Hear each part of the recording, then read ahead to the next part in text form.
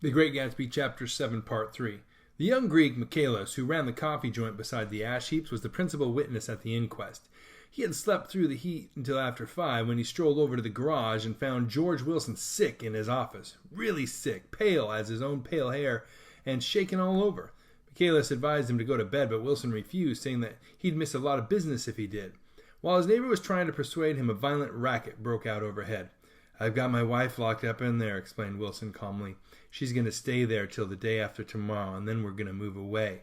Michaelis was astonished. They had been neighbors for 4 years, and Wilson had never seemed faintly capable of such a statement. Generally, he was one of these worn-out men. When he wasn't working, he sat on a chair in the doorway and stared at the people and the cars that passed along the road. When anyone spoke to him, he invariably laughed in an agreeable, colorless way. He was his wife's man and not his own. So naturally, Michaelis tried to find out what had happened, but Wilson wouldn't say a word. Instead, he began to throw curious, suspicious glances at his visitor and asked him what he'd been doing at certain times on certain days. Just as the latter was getting uneasy, some workmen came past the door bound for his restaurant, and Michaelis took the opportunity to get away, intending to come back later, but he didn't. He supposed he forgot to, that's all. When he came outside again, a little after 7, he was reminded of the conversation because he heard Mrs. Wilson's voice, loud and scolding, downstairs in the garage. "Beat me," he heard her cry. "Throw me down and beat me, you dirty little coward." A moment later, she rushed out into the dusk, waving her hands and shouting. Before he could move from his door, the business was over. The death car, as the newspapers called it, didn't stop. It came out of the gathering darkness, wavered tragically for a moment, and then disappeared around the next bend. Michaelis wasn't even sure of its color. He told the first policeman that it was light green. The other car, the one going toward New York, came to rest 100 yards beyond, and its driver hurried back to where Myrtle Wilson, her life violently extinguished, knelt in the road and mingled her thick, dark blood with the dust. Michaelis and this man reached her first, but when they had torn open her shirtwaist, still damp with perspiration, they saw that her left breast was swinging loose like a flap, and there was no need to listen for the heart beneath. The mouth was wide open and ripped at the corners as though she had choked a little in giving up the tremendous vitality she had stored so long. We saw the 3 or 4 automobiles in the crowd when we were still some distance away. "Wreck," said Tom. "That's good. Wilson will have a little business at last." He slowed down, but still without any intention of stopping, until, as we came nearer, the hushed, intent faces of the people at the garage door made him automatically put on the brakes. "We'll take a look," he said doubtfully, "just a look." I became aware now of a hollow, wailing sound which issued incessantly from the garage, a sound which, as we got out of the coupe and walked toward the door, resolved itself into the words, "Oh my God!" uttered over and over in a gasping moan. "There's been some bad trouble here," said Tom excitedly. He reached up on tiptoes and peered over a circle of heads into the garage, which was lit only by a yellow light in a swinging wire basket overhead. Then he made a harsh sound in his throat, and with a violent thrusting movement of his powerful arms pushed his way through. The circle closed up again with a running murmur of expostulation. It was a minute before I could see anything at all. Then new arrivals deranged the line, and Jordan and I were pushed suddenly inside. Myrtle Wilson's body wrapped in a blanket and then in another blanket, as though she suffered from a chill in the hot night, lay on a work table by the wall, and Tom, with his back to us, was bending over it, motionless. Next to him stood a motorcycle policeman taking down names with much sweat and correction in a little book. At first I couldn't find the source of the high, groaning words that echoed clamorously through the bare garage. Then I saw Wilson standing on the raised threshold of his office, swaying back and forth and holding to the doorpost with both hands. Some man was talking to him in a low voice and attempting from time to time to lay a hand on his shoulder, but Wilson neither heard nor saw.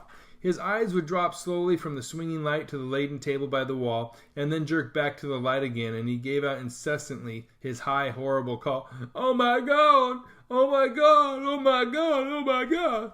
Presently Tom lifted his head with a jerk, and, after staring around the garage with glazed eyes, addressed a mumbled, incoherent remark to the policeman. "M-A-V," the policeman was saying. "O." "N-O-R," corrected the man. "M-A-V-R-O." "Listen to me," muttered Tom fiercely. "R," said the policeman. "O." "G." "G." He looked up at Tom's broad hand as Tom Broad's hand fell sharply on his shoulder. "What do you want, fella?" "What happened? That's what I want to know." "Otto hit her. Instantly killed." Instantly killed, repeated Tom, staring. She ran out in a road. Son of a bitch didn't even stop his car. There was 2 cars, said Michaelis. One coming, one going. See? Going where? Asked the policeman keenly. One going each way. Well, she... His hand rose toward the blankets, but stopped halfway and fell to his side. She ran out there, and the one coming from New York knocked right into her, going 30 or 40 miles an hour. What's the name of this place here? Demanded the officer. Hasn't got any name. A pale, well-dressed Negro stepped near. It was a yellow car, he said. A big yellow car, new. See the accident? Asked the policeman. No, but the car passed me down the road going faster than 40, going 50, 60. Come here and let's have your name. Look out now. I want to get his name. Some words of this conversation must have reached Wilson, swaying in the office door, for suddenly a new theme found voice among his gasping cries. You don't have to tell me what kind of car it was. I know what kind of car it was. Watching Tom, I saw the wad of muscle back of his shoulder tighten under his coat. He walked quickly over to Wilson and, standing in front of him, seized him firmly by the upper arms. You got to pull yourself together, he said with soothing gruffness. Wilson's eyes fell upon Tom, but he started up on his tiptoes and then would have collapsed to his knees had not Tom held him upright. Listen, said Tom, shaking him a little. I just got here a minute ago from New York. I was bringing you that coupe we've been talking about. That yellow car I was driving this afternoon wasn't mine. Do you hear? I haven't seen it all afternoon. Only the Negro and I were near enough to hear what he said, but the policeman caught something in the tone and looked over with truculent eyes. What's all that? He demanded. I'm a friend of his. Tom turned his head but kept his hands firm on Wilson's body. He says he knows the car that did it. It was a yellow car. Some dim impulse moved the policeman to look suspiciously at Tom. And what color's your car? It's a blue car, a coupe. We've come straight from New York, I said. Someone who had been driving a little behind us confirmed this, and the policeman turned away. Now, if you'll let me have that name again, correct? Picking up Wilson like a doll, Tom carried him into the office and set him down in a chair and came back. If somebody'll come here and sit with him, he snapped authoritatively. He watched while the 2 men standing closest glanced at each other and went unwillingly into the room. Then Tom shut the door on them and came down the single step, his eyes avoiding the table. As he passed close to me, he whispered, Let's get out. Self-consciously, with his authoritative arms breaking the way, we pushed through the still-gathering crowd, passing a hurried doctor, case in hand, who had been sent for in wild hope half an hour ago. Tom drove slowly until we were beyond the bend. Then his foot came down hard, and the coupe raced along through the night. In a little while I heard a low, husky sob, and I saw that the tears were overflowing down his face. The damned coward, he whimpered. He didn't even stop his car. The Buchanan's house floated suddenly toward us through the dark, rustling trees. Tom stopped beside the porch and looked up at the second floor, where 2 windows bloomed with light among the vines. Daisy's home, he said. As we got out of the car, he glanced at me and frowned slightly. I ought to have dropped you in West Egg, Nick. There's nothing we can do tonight. A change had come over him, and he spoke gravely and with decision. As we walked across the moonlight gravel to the porch, he disposed of the situation in a few brisk phrases. I'll telephone for a taxi to take you home, and while you're waiting, you and Jordan better go in the kitchen and have them get you some supper, if you want any. He opened the door. Come in. No thanks, but I'd be glad if you'd order me the taxi. I'll wait outside. Jordan put her hand on my arm. Won't you come in, Nick? No thanks. I was feeling a little sick and I wanted to be alone, but Jordan lingered for a moment more. It's only 9:30, she said. I'd be damned if I'd go in. I'd had enough of all of them for one day, and suddenly that included Jordan, too. She must have seen something of this in my expression, for she turned abruptly away and ran up the porch steps into the house. I sat down for a few minutes with my head in my hands until I heard the phone taken up inside and the butler's voice calling a taxi. Then I walked slowly down the driveway from the house, intending to wait by the gate. I hadn't gone 20 yards when I heard my name, and Gatsby stepped from between 2 bushes into the path. I must have felt pretty weird by that time, because I could still think of nothing except the luminosity of his pink suit under the moon. What are you doing? I inquired. Just standing here, old sport.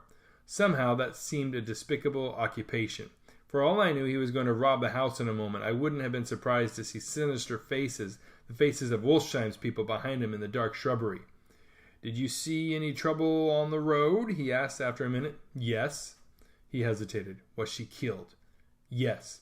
I thought so. I told Daisy I thought so. It's better that the shock should come all at once. she stood it pretty well. He spoke as if Daisy's reaction was the only thing that mattered. "I got to West Egg by a side road," he went on, "and left the car in my garage. I don't think anybody saw us, but of course I can't be sure." I disliked him so much by this time that I didn't find it necessary to tell him he was wrong. "Who was the woman?" he inquired. "Her name was Wilson. Her husband owned the garage. How the devil did it happen? Well, I tried to swing the wheel," he broke off, and suddenly I guessed at the truth. "Was Daisy driving?" "Yes," he said after a moment, "but of course I'll say I was. You see, when we left New York she was very nervous, and she thought it would steady her to drive, and this woman rushed out at us just as we were passing a car coming the other way. It all happened in a minute, but it seemed to me that she wanted to speak to us. Thought we were somebody she knew. Well, first Daisy turned away from the woman toward the other car, and then she lost her nerve and turned back. The second my hand reached the wheel, I felt the shock. It must have killed her instantly. It ripped her open." "Don't tell me, old sport." He winced. "Anyhow, Daisy stepped on it. I tried to make her stop, but she couldn't, so I pulled on the emergency brake. Then she fell over into my lap, and I drove on." "She'll be all right tomorrow," he said presently. "I'm just going to wait here to see if he tries to bother her about that unpleasantness this afternoon. She's locked herself into her room, and if he tries any brutality, she's going to turn on the light out and on again." "He won't touch her," I said. "He's not thinking about her." "I don't trust him, old sport." "How long are you going to wait?" "All night if necessary, anyhow, till they all go to bed." A new point of view occurred to me. Suppose Tom found out that Daisy had been driving. He might think he saw a connection in it. He might think anything. I looked at the house. There were 2 or 3 bright windows downstairs and the pink glow from Daisy's room on the second floor. "You wait here," I said. "I'll see if there's any sign of commotion." I walked back along the border of the lawn, traversed the gravel softly, and tiptoed up the veranda steps. The drawing-room curtains were open, and I saw that the room was empty. Crossing the porch, where we had dined that June night 3 months before, I came to a small rectangle of light, which I guessed was the pantry window. The blind was drawn, but I found a rift at the sill. Daisy and Tom were sitting opposite each other at the kitchen table with a plate of cold fried chicken between them and 2 bottles of ale. He was talking intently across the table at her, and in his earnestness his hand had fallen upon and covered her own. Once in a while she looked up at him and nodded in agreement. They weren't happy, and neither of them had touched the chicken or the ale, and yet they weren't unhappy either. There was an unmistakable air of natural intimacy about the picture, and anybody would have said that they were conspiring together. As I tiptoed from the porch, I heard my taxi feeling its way along the dark road toward the house. Gatsby was waiting where I had left him in the drive. "Is it all quiet up there?" he asked anxiously. "Yes, it's all quiet," I hesitated. "You better come home and get some sleep." He shook his head. "I want to wait here till Daisy goes to bed. Good night, old sport." He put his hands in his coat pockets and turned back eagerly to a scrutiny of the house, as though my presence marred the sacredness of the vigil. So I walked away and left him standing there in the moonlight, watching over nothing. Hey, let me just say, I hope you enjoyed this reading of The Great Gatsby. We have the whole book on our playlist, so please check it out if you need previous chapters or later chapters. You can find that playlist right here. Also, we do gaming and other things. You can check out these playlists for some of those interesting and maybe even a little amusing videos that we have. And above all, we would love it if you could subscribe to the channel. Help us out and have a good one. Until next time.